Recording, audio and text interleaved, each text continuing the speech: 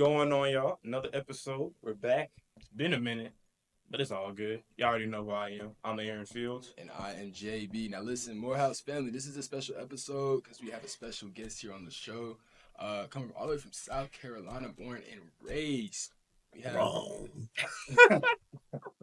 Louisiana. I'm from East St. Louis. Louis. Third time's a charm, y'all. Third time's a charm. We got Darwin Rencher, my uncle. I have the pleasure of bringing on here, better known as Coach D by the people. Pleasure to have you on. Thank you, Aaron. Thank you, Josh. For sure. So pretty much, we just wanted to stop by. Just wanted to have you on, ask you a couple questions because we know your background kind of aligns with what me and Aaron are doing, and we just wanted to pick your brain as to your background and how what brought you to what you're doing today. Pick away. Got you. So as I said before, most people know you as Coach D. So as a coach, what is the most valuable lesson coaching has taught you about leadership in particular? Coaching and leadership. Do not show favoritism to kids or parents. Be very impartial. Think before you speak. And in today's age, be careful on how you approach children. And I say children because I'm short away from 60. Everybody's not raised the same. So teaching and working with kids, some kids know what love looks like. Some kids know what love feels like. Some don't know the difference between the two. I've always been a compassionate coach to where I've been in the game for over 40 years, and 99.9% of kids I've ever coached, male and female, still gravitate to me. So I would say the best thing is to have patience and, like I said, watch what you're saying, watch what you do. For sure. So to piggyback off that, is coaching, is that something that was always a passion of yours? Raised in East St. Louis, Illinois, even though he thinks I'm from South Carolina originally. I became involved in athletics at 10 years old, running summer track. And the gentlemen that raised me up in the sport of track were all compassionate about it and made me love running. Sure. So that's what endeared me into coaching, to always give back. And those guys sacrifice a lot of their personal time to take us from one city to the next to run track meets when I was a kid. For sure. Love running. That makes one of us. I'm glad you love running because running is my favorite. Nevertheless, so Coach, we were talking before as we were walking around finding where we were going. You said you're a relationship builder. Mm-hmm. So how were you able to get yourself to that point to build a relationship with people? Because that's not an easy thing. Well, it's what I've told Josh before with only throughout the coming here to go to college. Sometimes all you get is the first time to make a first impression. And I'm always happy. Even when I'm not, my exterior doesn't show it, I'm always happy. And I guess I spin that backwards. Building relationships is easy for me because I don't meet strangers. So in that, I'm a person that always just likes helping people. And I know that God rewards you if you help people. I was just in a situation Tuesday flying back from D.C. A young lady passed out going through the tunnel going to our plane. And I stayed and helped her and her mother get her some paramedic help. And 20, 30 minutes later, after the paramedics arrived, the captain of the flight gave me 2,500 frequent flyer miles for just being a good person. So being nice has its rewards at times. Sure. So I can definitely attest to that. You say, you're a happy person, you're a people person. I can definitely attest. You heard it here first. Just being his nephew, he's I can definitely just attest. But to the whole relationship building piece, got a little personal story. So you remember when we went to our most recent trip to South Africa? Yes. Right? And we were going on a boat tour to Nelson Mandela's island where he was. Robbie Island. Right, exactly. And it seems like you're a master negotiator. You got that whole little marketing side to you, marketing piece to you. So how, just building that skill, how has that been, how has that helped you to get you to where you are today? Building relationships is kind of like playing chess. You try to think 2 steps ahead of what the person might say to a question you might ask. You look at body language. You look at a person's mannerisms, and you try to key in on that. and facial expressions are a key part in it too. In that particular incident, I wanted to find the person that appeared to be in charge. Talk to that person. Once I got that person's ear, I knew that person reported to somebody else. So let me speak to that next person. And attempted to be transparent. And when you're sincere and transparent, people can see it and feel it. So I was able to negotiate that opportunity to make it the best for us on that particular trip. Got you. Talk to people that make decisions. That's my number one rule. Talk to people that make decisions. You heard it here first. So, as like I said, a master negotiator, master marketer, what's like probably the most creative marketing campaign you've ever worked on? I actually started here in Atlanta about 17 years ago. The artist Lil Jon, they had a product called Crunk Juice, which was like to me the first version of Red Bull. Okay. And the marketing team behind it came to me and some few friends saying, we want to get on some college campuses and basically throw crunk parties. So being a frat boy, I called my fraternity brothers, some sorority girls, some athletes that I knew. They brought in the tents. They brought in coolers of crunk juice. And everybody likes free. Mm-hmm. So we got free pizza, drank crunk juice, and partied. And all you heard was, yeah. Yeah. So that was probably the most engaging promotion I've ever been a part of because it was an easy sell. Bet. Anything to add here? You good? Nah, so coach is one of your many titles that you have and you wear. You're a coach, marketer, event promotion, and now a consultant. So how did you get all these titles along the way? Really, I consider it like seafood gumbo. I just keep adding flavor to what I do in life. Okay, I like that. And just stir it up because to be a coach, you've almost have to be a chameleon. Sometimes you want to yell at people, but you can't because some kids can't take it. Sometimes you want to get emotional, but you have to be cognitive of who's watching you.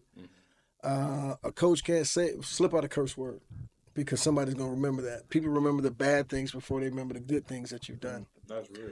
So from a consulting standpoint, knowing and being around so many different people in so many walks of life, I made a lot of friends and a lot of associations. And I say the word friend, I don't use the word friend loosely. I have a lot of relationships I built with a lot of people, but friends is something I hold dear to my heart. We're good. But again, I treat life like gumbo. I just keep adding flavor to my day, flavor to my lifestyle, and keep going.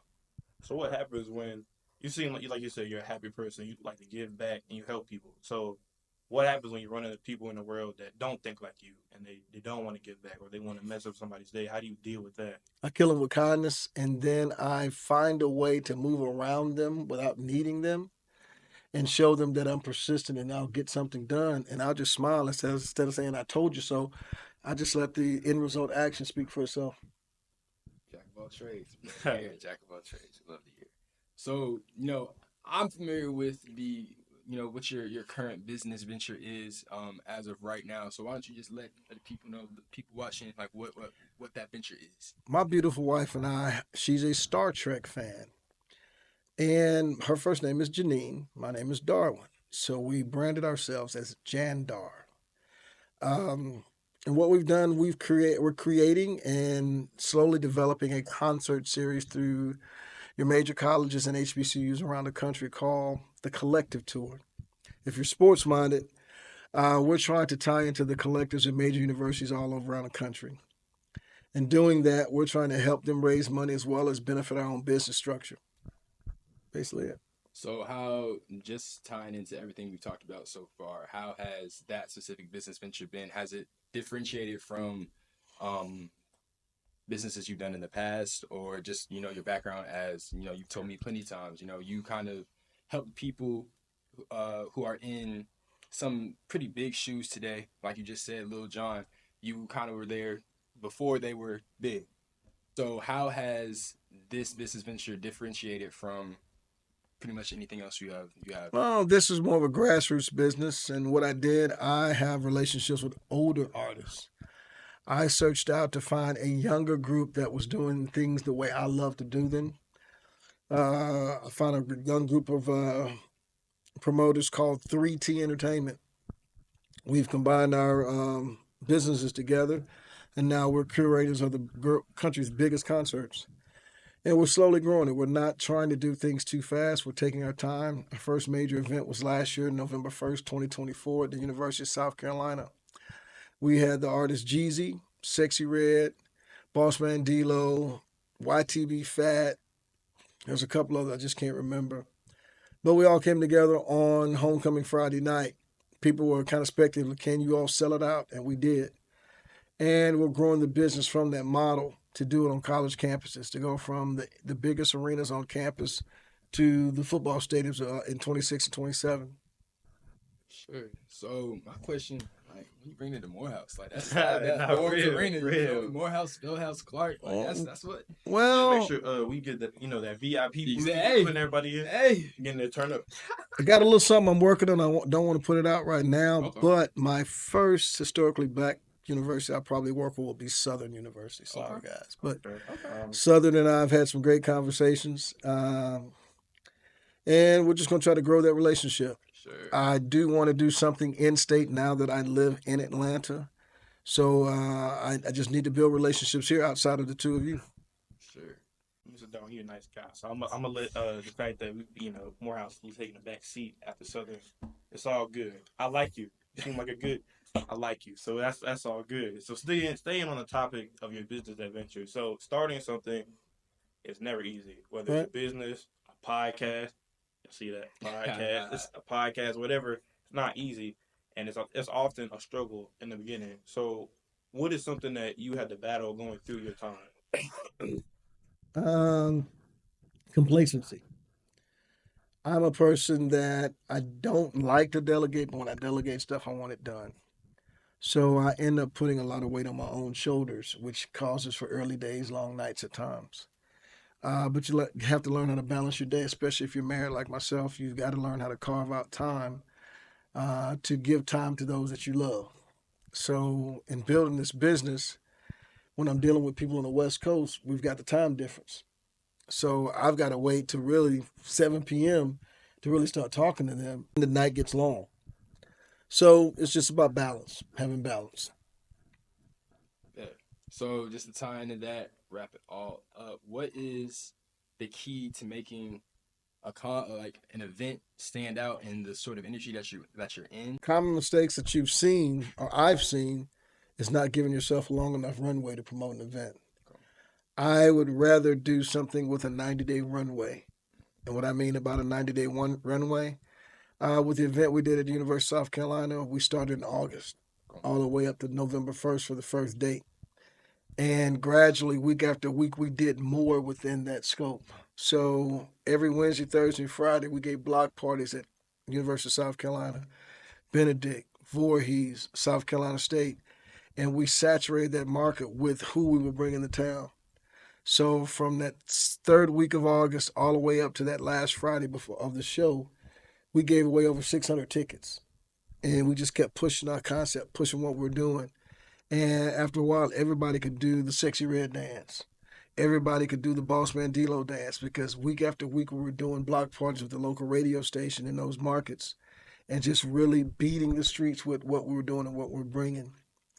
What I've seen too many young promoters do is not get everything lined out. You've got to take care of the small details that can turn into a disaster. You got to get event insurance. Just in case something happens, you don't want to get sued. You've got to make sure that you secure the venue properly that you're supposed to use. You've got a load in time and a load out time. You got to make sure that you've got the right people on your team that you could put a stage up, hang speakers up, and then break all that down and be out of that building before midnight. Because after 11:59, rental fee starts all over. It's a whole new day. So the average large venue costs you about $50,000 to rent. So you don't want to add another $50,000 to be taken out of the money you've already made. Love the insight. So there's somebody out there, they want to be a promoter like you. They want to promote events, or they're trying to start, or they don't know where to start. What advice would you give them? Start small. Don't put money in it that you can't afford to lose. Don't let what you like be what you bring to an audience. Make sure the audience that you go after wants to hear either that jazz artist or that R&B artist or that hip hop artist. Just because you vibe to them doesn't mean an audience that you're around will vibe to that same person. So I don't know what Josh listens to. I don't know what you listen to, Aaron. But I laugh because I've got sons and they all have listened to Keith Sweat. But Keith Sweat is for one particular a lover's audience. So can you bring him every place? Can I bring a Lil Wayne to every location? He'll always draw a fan base, but in certain places, he might not be as hot as others. Nah, I appreciate you stopping by. As y'all heard, he's doing the collective tour. More dates out soon. Make sure y'all check him out. And it's been a pleasure having you here, Coach D. Appreciate you for stopping by. Say, Thank you. Thank you. Peace.